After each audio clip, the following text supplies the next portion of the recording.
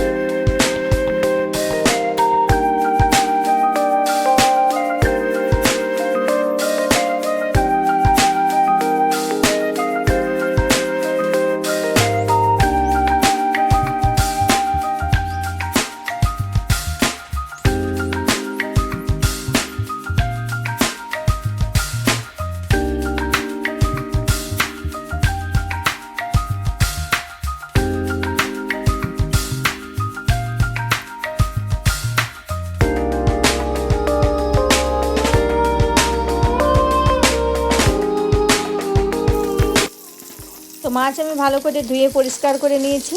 এবার আমি মাছগুলোকে ভালো করে এইভাবে ভেজে নেব। তো মাছ আমার এক পিঠ লাল লাল করে ভাজা হয়ে গেছে। এবার আমি এইভাবে মাছগুলোকে ভালো করে পাল্টে নিলাম।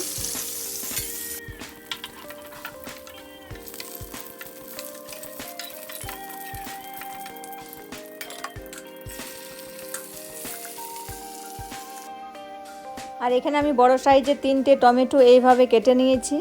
আর আমি দিয়ে দিলাম কয়েক ফোঁটা রসুন। এবার আমি দিয়ে দেব 1 চামচ আদা বাটা। আর আমি দিয়ে দেব 1 চামচ সাদা সর্ষে। আর এবার আমি দিয়ে দেব 1 চামচ পোস্ত। আর আমি দিয়ে দেব 4টে কাঁচা লঙ্কা। এবার আমি এগুলোকে খুব ভালো করে পেস্ট করে নেব। আর এখানে আমার তেল গরম হয়ে গেছে, এখানে আমি দিয়ে দিলাম 5 ফোড়ন। আর আমি দিয়ে দিলাম পেঁয়াজ কুচি। পেঁয়াজগুলো আমি খুব ভালো করে একটু ভেজে নেব। তো পেঁয়াজ ভাজা আমার হয়ে গেছে। এবার আমি দিয়ে দেব পেস্ট করা মশলা।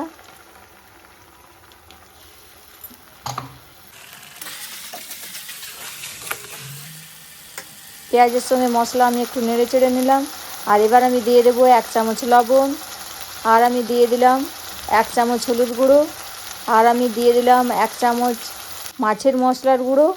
আর আমি দিয়ে দিলাম 1 চামচ জিরে গুঁড়ো।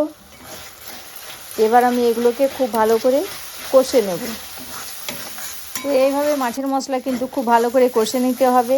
আর মশলাও আমার কিন্তু খুব ভালো করে ভাজা হয়ে গেছে। মশলার মধ্যে আমার কিন্তু তেল ছেড়ে এসছে।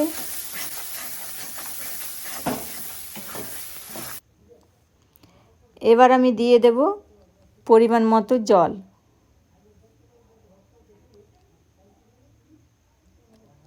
ঝোল ফুটে উঠলে এবার আমি মাছগুলোকে ছেড়ে দেব। আর আপনি যদি আমার চ্যানেলে নতুন সদস্য হয়ে থাকেন তাহলে চ্যানেলটিকে সাবস্ক্রাইব করুন। আর যারা আমার চ্যানেলটিকে সাবস্ক্রাইব করে রেখেছেন তাদেরকে অসংখ্য ধন্যবাদ। আর যারা এখনও পর্যন্ত আমার চ্যানেলটিকে সাবস্ক্রাইব করেননি তারা প্লিজ সাবস্ক্রাইব করুন। আর ভিডিওটি যদি আপনাদের ভালো লাগে তাহলে লাইক ও শেয়ার করবেন।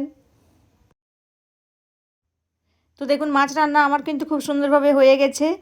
আর এবার আমি নামিয়ে নেব। তো এই মাছ রান্না ভাত রুটি দুটোর সঙ্গে খেতে কিন্তু দারুণ লাগে। তো ভিডিওটা আমি এখানেই শেষ করছি। দেখা হবে নেক্সট